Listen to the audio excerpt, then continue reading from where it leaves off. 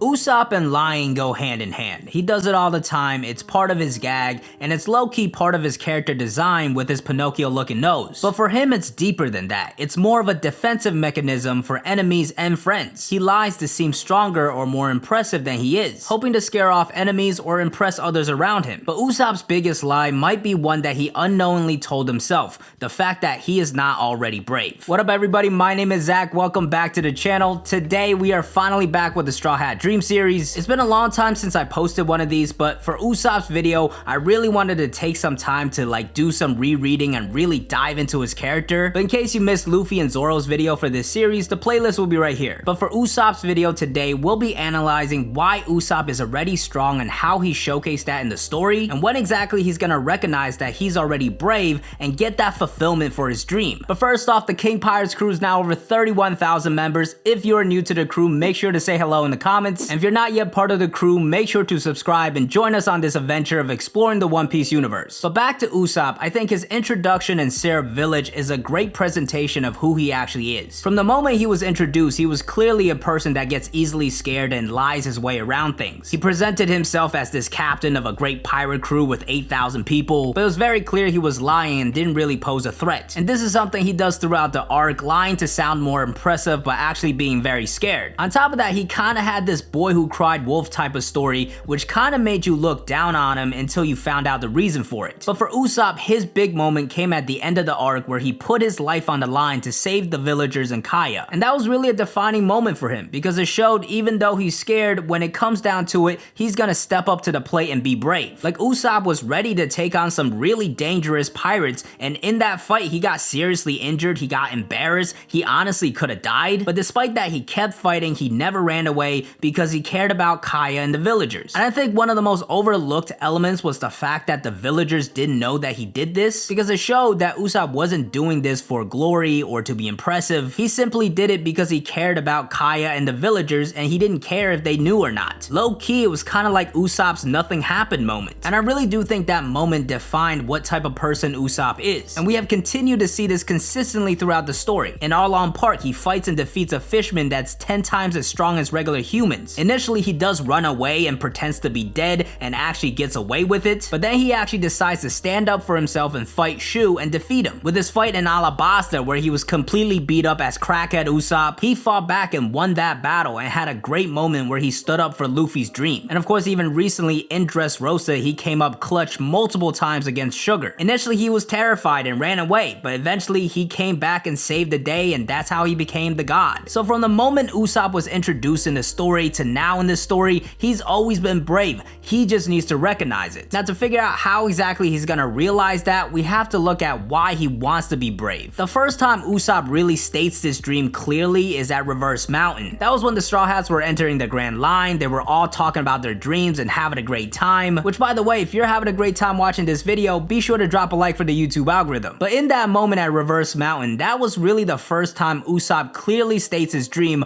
of wanting to be a brave warrior of the sea. And it was almost like he was put on the spot and said it kinda hesitantly, which was very different from the rest of the Straw Hats who pretty much had their dreams since they were kids. Instead, for Usopp, it was really the first thing you could think of, like, what do I want? What's my dream? Oh, it's to be a brave warrior of the sea. And I think in the moment, no one really questioned that because Usopp did get scared pretty easily. And honestly, one of the main reasons he wanted to be a pirate was to be a brave warrior of the sea. But I think when we analyze what really motivated Usopp to become a pirate and a brave warrior of the sea, it's his father, Usopp. Usopp, of course, left Usopp when he was just a very young kid. He joined up with Shanks and the red-haired pirates because the pirate life was calling for him. But even despite that, Usopp said time and time again that he was still proud of his father. And he pointed out that he was really proud of his dad because his dad was a brave warrior of the sea. So clearly, Usopp looked at his dad as a perfect example of a brave warrior. And this is hammered home even more by his mom, who said that she was also proud of Usopp and wished that Usopp was more brave like his dad. So when you take all that into consideration, I think that Usopp is not only the person that motivated Usopp to become a pirate, but he's also the brave warrior of the sea that Usopp wants to be. Which is really interesting if you think about it, because they really don't know each other at all. I would even argue Luffy knows Usopp better than Usopp. Usopp left Usopp when he was really young, and Usopp doesn't know too much about his dad. He didn't even know that his dad was part of the red-haired pirates. So him idolizing his dad as like the perfect brave warrior, it all builds up from like his imagination imagination and stories from his mom and also his dad's notoriety. And I'm not saying that Usopp isn't a brave warrior, he's definitely a monster in terms of strength, but I do wonder when they finally reunite, will Usopp live up to the expectations that Usopp has? Or on the vice versa, how is Usopp going to live up to Usopp's expectations? And ultimately, here's where we get into theory territory, because I think Usopp will recognize that he is brave when he reunites and meets his dad. I've always said the reunion of Usopp and Usopp is one of the things I'm looking forward to the most. It's not only going to be a big reunion, but how they interact is going to be very telling. They don't know anything about each other. They have to talk to each other and learn more about who they actually are. So not only will Usopp be meeting the person he's been idolizing this whole time, but he also has to present himself to his dad. And in those situations, Usopp's never really honest. Usopp meeting his dad yet still feeling insecure about how brave he is, that's the perfect scenario for his defensive mechanism of lying to kick in. And as readers, we're already used to Usopp lying, so is the rest of the crew, but his dad has no idea that Usopp lies all the time. It's possible Usopp ends up believing these lies, and that's gonna be meaningful when he finds out those lies aren't true. So I can totally see a scenario where Usopp is telling all these lies and presenting himself as somebody he's not. And what's kinda interesting is that the only thing Usopp has to go off of right now are the bounty posters, and so far Usopp's 2 bounty posters have been Soge King and God Usopp. If that's all you have to go off of, you probably think that he's pretty damn great. So I think when Usopp finally meets Usopp, there's gonna be a pretty big struggle for him to be himself. Being able to actually be proud of who he is and present himself in front of his dad, that's gonna be really tough for him, because the moments where he gets scared, that's fine in front of like strangers and the Straw Hats, but that's not a side he's gonna want to show off to his dad. Eventually though, Usopp has to find out what type of person Usopp actually is. Usopp can't just keep lying. Eventually he's gonna get scared and show his real reactions, and there's really a number of ways Oda could really play with this relationship. And I really do believe this is something Oda will explore, because Usopp's insecurities, that came to a boiling point in Water 7. With the Usopp versus Luffy fight, Oda clearly emphasized Usopp's insecurities, and although after Water 7 he recognized he was wrong and gained more confidence, after the time skip as well he's gotten stronger, giving him even more confidence. But at the end of the day, being scared is just a natural reaction to him, and he's still insecure about that. And I really do believe the best opportunity to really explore that aspect of Usopp is when he reunites with Usopp, because not only will he struggle with these insecurities, but he'll also have a chance to bounce back. Eventually he'll just have to be himself, which will show that he's scared, but also show that he's brave. His embarrassing moments are gonna be much more embarrassing and low for him, but when he's actually brave and steps up with his godlike moments, that's gonna be even better in front of his dad. And I think that's probably the best opportunity for Usopp to at the very least take a big step in recognizing that he's already brave. Maybe even Usopp has a conversation with him like, hey son, you don't have to be never scared. Like yes, there are people like Zoro and Luffy who just step forward all the time head first, never scared. But with everyday people, you can still be scared and have scared reactions, but still be brave. Maybe Usopp even gets scared sometimes. That could be a great way for him to connect with Usopp. Either way, I'm really excited to see this father-son reunion and what Oda does with it. And ultimately, Usopp achieving his dream has to be a self-reflection of realizing that he is brave. I don't think Usopp's just gonna end up being like one of the strongest people in the world and not scared of anything. He's for sure gonna be pretty damn strong, maybe the greatest sniper in the world, but he's always gonna be Usopp. He's always gonna have scared reactions to something. That's why Oda created his character. He's one of the weaker Straw Hats that the readers can relate to. And Usopp proves that you could be weaker and you could be scared, but you could still be very, very brave. So for me personally, I believe Usopp will accomplish his dream when he reunites with his dad. If that's able to take place in Elbaf as well, another major inspiration for Usopp's dream, I think that would be the perfect way to tie everything together and give us an arc really dedicated to Usopp. But guys, I definitely want to hear your thoughts on this topic, so let me know in the comments below, and I'll catch you guys next time. Later.